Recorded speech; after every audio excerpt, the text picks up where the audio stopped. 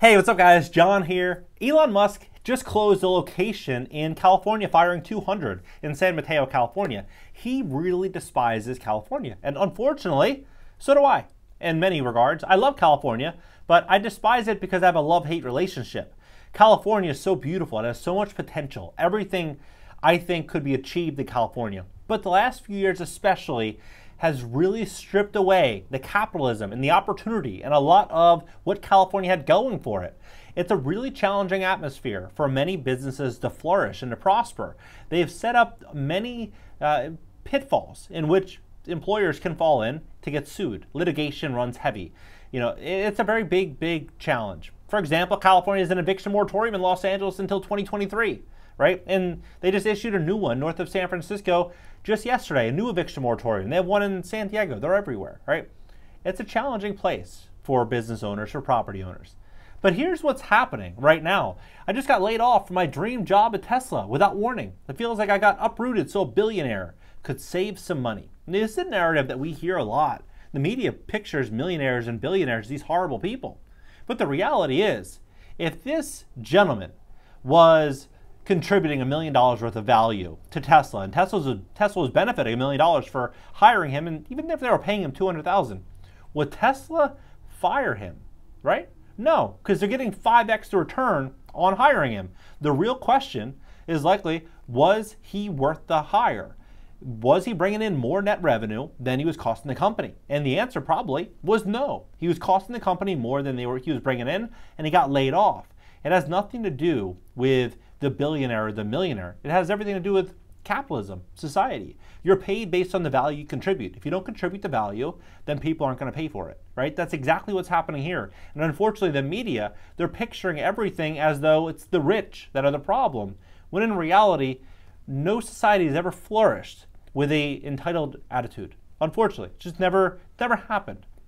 I know we hear otherwise, right? We hear otherwise. They're pushing this whole work from home thing. Some businesses can really flourish. Look at Airbnb, look at Yelp, look at some of these other companies. They do extremely well.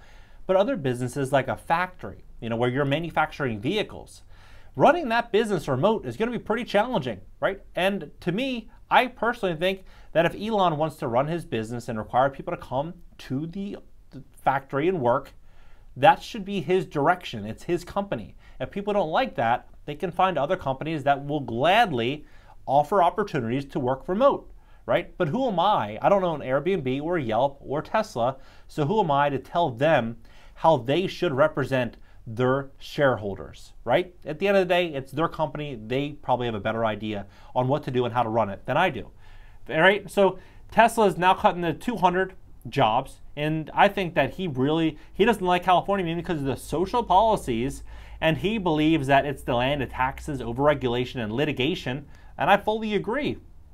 He also, I think, does not like this new protocol this has been a real problem, especially the last couple of years for employers. Employers have to make sure every single employee is safe, right? And they have to go through all these protocols, not traditional safety, all the tests, everything, and the employer has to pay for all these tests. And so they have to pay for the test, they have to pay for the mask, they pay for everything, right? And so what happens is, if you check any of these boxes, you cannot return to work, right? You cannot return to work. And if you check any of these boxes, you cannot return to work, right? And all these protocols, every single one, if you don't follow them perfectly, you'll get sued, right? And is it worth that, right? Going to court in California, you might get, let's say, a lawsuit for $50,000. Maybe that's what it's worth. But for Tesla to hire a team of lawyers, and for the other, one of the social attorneys that are going to represent the state suing Tesla, they may spend $400,000 in attorney fees, especially with the courts being backed up as the way that they are.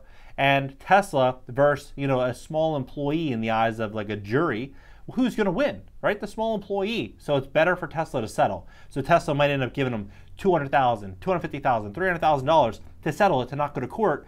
Meanwhile, it was just one employee that was contributing very little, right? Whereas Texas, what's happening? They don't have these protocols, right? And so Tesla's leaving, right? Tesla's ramping up a gigafactory in Texas, 1,000 units a week. This is today, June 29th, right? When they closed down California? Yesterday. So we see the direction, and they're he's going as far right now as tracking office attendance. And if you do not come to the office, then you have to contact absence@tesla.com. And this person right here, he wasn't in the office for 16 of the last 30 days, and they reached out to him saying, you better get in touch with us, or that could be it, right? So this is, I think, a very unique transition that we're all entering as in society, right? We're entering this transition where people are gonna, and companies are gonna start leaving places in more frequency, like New York and California, and going to other places like Texas and Florida, where it's a little bit more capitalist. It's a little bit more friendly for businesses, right? At the end of the day, we live in an inflationary world, a world that's very challenging, right? And if you're not succeeding or pushing forward, it's going to be hard to make good on these newfound debt commitments that we're all forced to pay, whether it be inflationary, gas bills, food costs, rent costs, insurance costs, everything's going up. So how can everything continue to go up if our wages aren't going up, right? So the big question is, I believe the big answer is just increasing the value that everyone receives from you being alive. This person right here, the fault is not the billionaire. The fault is him, in my opinion. The fault is him. It's up to all of us to make the world a better place by contributing more value. The more value we contribute to the world, the more the world is going to demand to pay us more, right? And so I believe this world is going to require a lot of solutions over the next year or two. And it's up to us to all provide these solutions. The more solutions we can provide, the more money and the more opportunity that will be presented to us. What do you think about this entire situation? Would you, if you were Elon, close down the San Mateo factory and start doubling down in Texas? Would you do what he's doing, bringing staff back into the factories? And would you double down like he's doing right now? Or would you take more of an Airbnb or a Yelp approach and just let people work from home? The concerns I have with that approach is that Airbnb and Yelp, they can easily outsource to Pakistan, India, other countries at a fraction of the cost. So they would reduce their overall American wages, their overall office footprint, and all the liability associated with hiring people here, whether it be employment law, all these different situations in which they could walk themselves into legal problems. They can outsource and evade most of those things, right? And increase customer satisfaction. I believe that we're going to start to see a lot more industries moving in that direction. What do you think about this?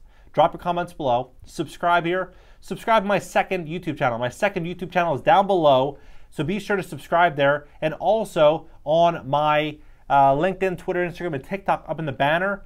And if you need assistance fixing your credit, if you need assistance fixing your score, maybe it's holding you back, the place to go is cashnow.video. Cashnow.video, I have an in-house credit repair team. They're the best. Cashnow.video. If you want to get on the YouTube grind with me, cashnow.video. And if you want to invest in real estate when the market crashes, I think we're stepping into some big problems.